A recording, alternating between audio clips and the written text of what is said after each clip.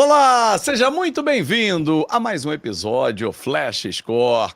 Vamos juntos falar de seleção brasileira. Você que está conectado em flashscore.com.br, seja muito bem-vindo. Já chega deixando o seu like, comentando, compartilhando. Claro, se inscreve no canal se você é novo aqui, dá aquela moral, porque tem a seleção brasileira classificada e tem também o nosso aplicativo de presente para você. Ó, pinta aqui no QR Code no cantinho da tela para você baixar e ter de graça muita informação. A tabela das eliminatórias, América do Sul, todos os jogos que rolam pelo mundo, tudo você encontra no nosso aplicativo. Baixe!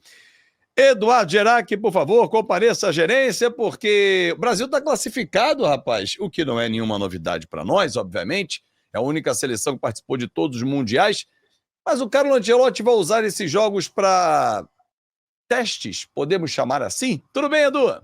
Olá, Fábio, abraço a você. Não, sem dúvida, né? E a gente vai falar sobre o fim dos craques, tá? Na seleção brasileira, mas daqui a pouco eu explico melhor o que é isso, né? Não, sem dúvida, né? Eu acho que o Ancelotti vai usar esses dois jogos como teste. É claro que é sempre complicado você usar um jogo a 4.000 e poucos metros de altura como teste, mas enfim, é o que temos aí na tabela, né, das eliminatórias para o Brasil. Porque depois disso, né, Fábio, temos pouquíssimas datas aí, vão ser mais 3 datas FIFAs, ou seja, 6 jogos para o Brasil realmente montar aí a sua equipe, né, para a Copa do Mundo. É claro que já tem outras seleções aí muito na frente do Brasil, né, assim, dá para citar a Espanha, dá para citar a França, dá para citar a Argentina, então o Brasil aí tem que correr atrás do tempo perdido, né, afinal de contas, nesse último ciclo, perdeu-se muito tempo aí sem um treinador realmente definitivo. Mas agora tudo bem, agora o Ancelotti chegou, ele tem, né, no seu currículo essa qualidade de saber montar times com grandes craques. Então vamos ver se ele consegue, aí, nesse espaço curtíssimo de tempo, conseguir fazer isso, né, Fábio? E aí ele tem uma dificuldade, né, o Edu, porque ele está conhecendo algumas peças. Vou citar um exemplo. O Wanderson foi cortado, né, do Monaco. Ele trouxe o Vitinho. Ele não conhece tão bem o Vitinho, por mais que ele estivesse na Premier League, estava na segunda divisão, no Burnley, chegou ao Botafogo, tem se destacado. Aí você pode dizer assim, não, mas o David Ancelotti, que é filho dele, passou informações, porque convive com o Vitinho no dia a dia. Ok, mas ele vai conhecer agora. Então eu acredito que esses jogos também serão muito para isso, para ele entender o espírito do cara na seleção, que pode ser diferente do clube, não?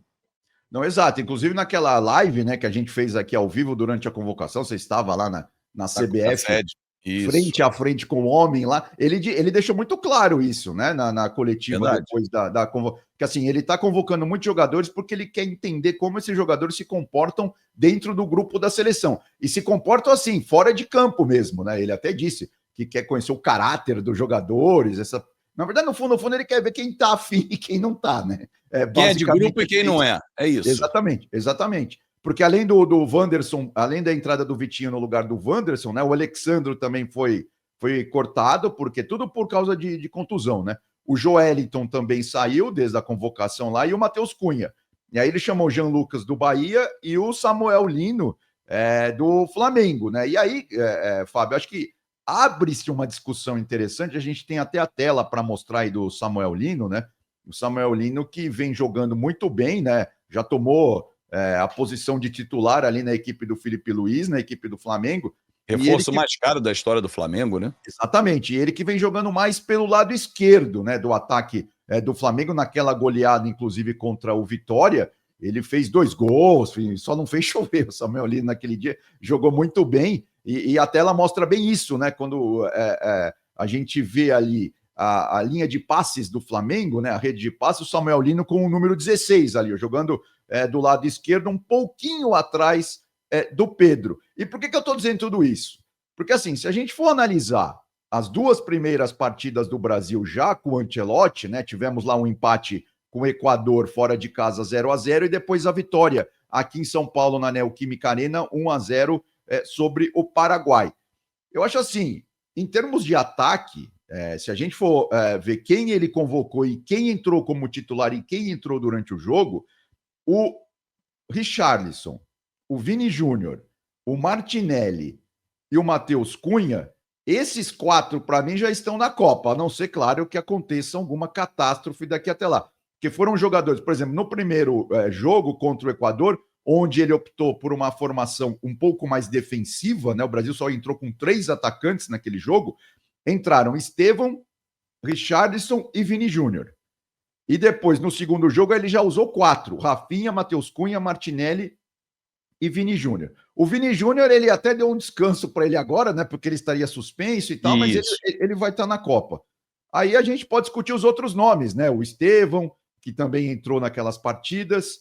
Enfim, agora, o Samuel Lino começa a aparecer também como um nome para ir para a Copa, no meu modo de ver, se ele continuar nesse nível de futebol aí que ele está apresentando no Flamengo, né? Então, assim, tudo bem que ele era um plano B, né? Ele estava aí atrás do Matheus Cunha. Agora, o Matheus Cunha eu acho que estará na Copa. Então, o Ancelotti claramente está testando, né, o Samuel Lino aí nessa data FIFA.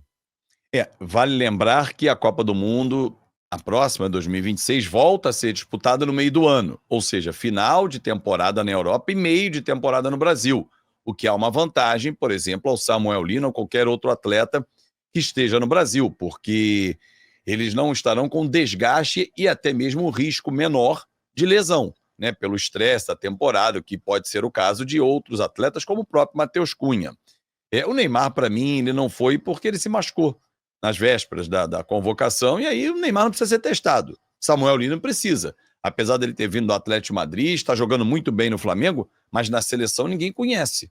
Tem, às vezes, jogador, não sei se vai ser o caso, e torço para que não, Edu, mas tem jogador que é aquele jogador de clube. Na seleção, é um gatinho na seleção, um leão no clube. Então a camisa pesa, né? Exatamente, não, sem dúvida. E aí tem uma outra discussão ainda no ataque do Brasil, que é aquilo que eu falei que, assim, né, a gente pode discutir, não dá para ser saudosista, assim, eu acho que, analisando o futebol hoje, o futebol moderno, e o Ancelotti gosta disso, o Real Madrid era uma prova, o Ancelotti gosta muito daqueles times com transição rápida, né, aqueles times com muita velocidade do meio para frente. Então não adianta a gente ficar discutindo quem é o camisa 10 do Brasil, e não tem mais o Zico, isso ficou lá nos anos 80, entendeu? Não tem mais um Zidane, vamos dizer assim, que na primeira... tudo bem, nunca jogou pelo Brasil, mas eu estou querendo dizer, claro, a característica do jogador, né? O Zidane que, na primeira década deste século, vamos dizer assim, era a grande referência daquele gênio que consegue, né? O Tostão fala muito isso nos seus textos, né? Que consegue enxergar o jogo em 360 graus, né? Aquela visão periférica, o cara sabe olhar para um lado, olhar para o outro. Isso acabou no futebol, assim. O Ganso pode ser um último romântico dessa série, talvez. Mas se a gente for olhar, o Messi, né, é um jogador excelente nesse nível de futebol atual, claro. O Arrascaeta não encaixaria nesse perfil? Então, o Arrascaeta, sim. Eu acho que ele se encaixa ainda nesse perfil. O Matheus Pereira, não?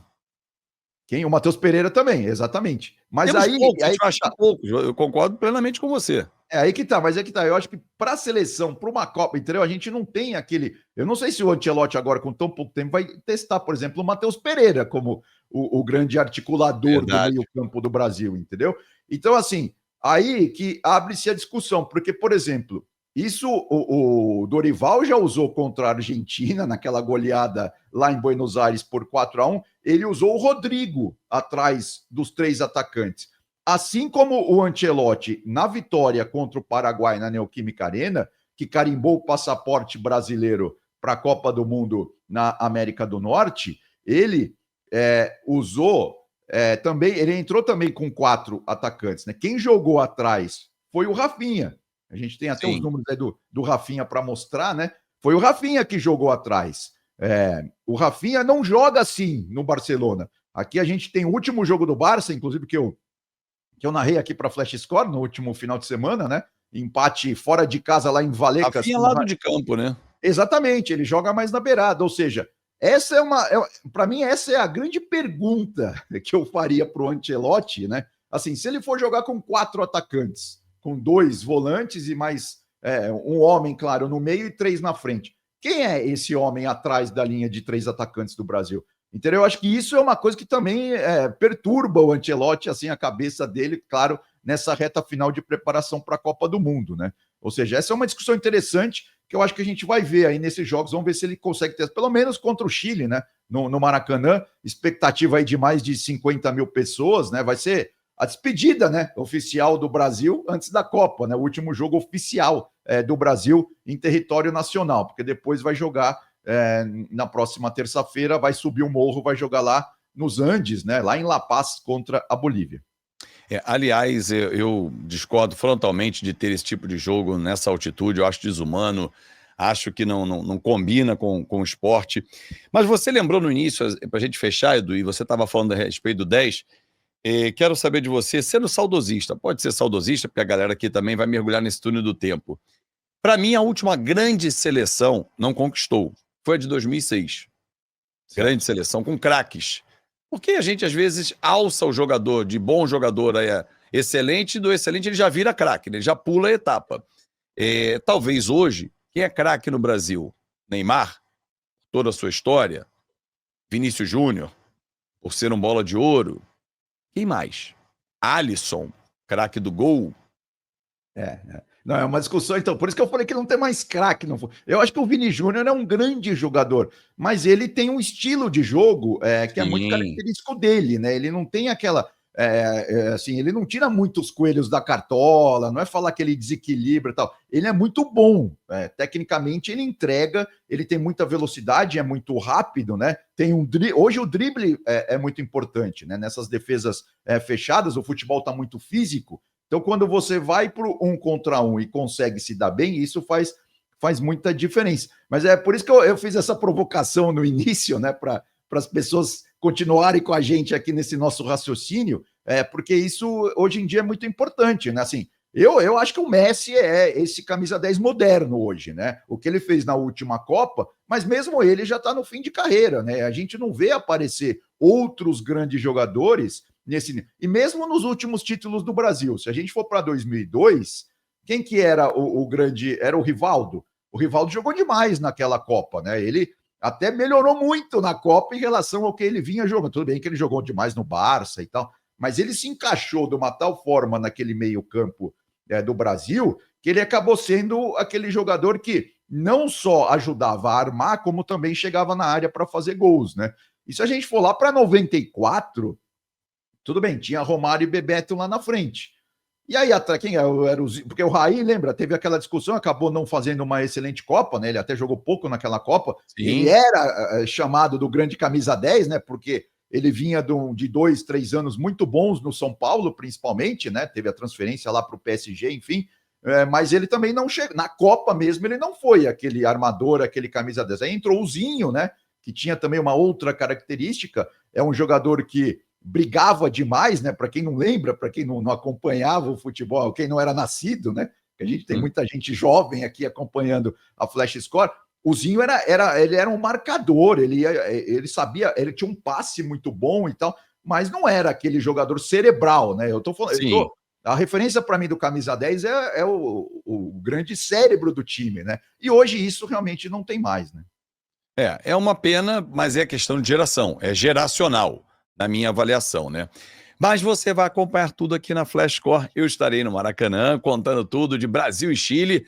É a despedida da seleção brasileira do Brasil. Não acredito que os amistosos data FIFA o Brasil vá realizar algum jogo aqui. Pode até ser um último próximo à data de Copa do Mundo. Lembrando que dia 5 de dezembro, em Washington, D.C., vai rolar o sorteio da fase de grupos, né? Uma fase diferente nessa próxima Copa. 16 grupos com 3 seleções e avançam as 2 primeiras. Edu, forte abraço e até a próxima, amigo. Valeu, Fábio. Grande abraço e bom jogo lá, hein? Valeu, obrigado. E eu conto muito com a sua audiência também. Chegou agora, pegou no finalzinho aqui, clicou. Deixa o like, então não esquece, comenta, compartilha, se inscreve no nosso canal e baixa o nosso aplicativo. Pintou aqui na sua tela, é Flash Score, de graça para você, para ter muita informação na palma da sua mão. Porque seleção brasileira é aqui na Flash Score. Leia o jogo como ninguém.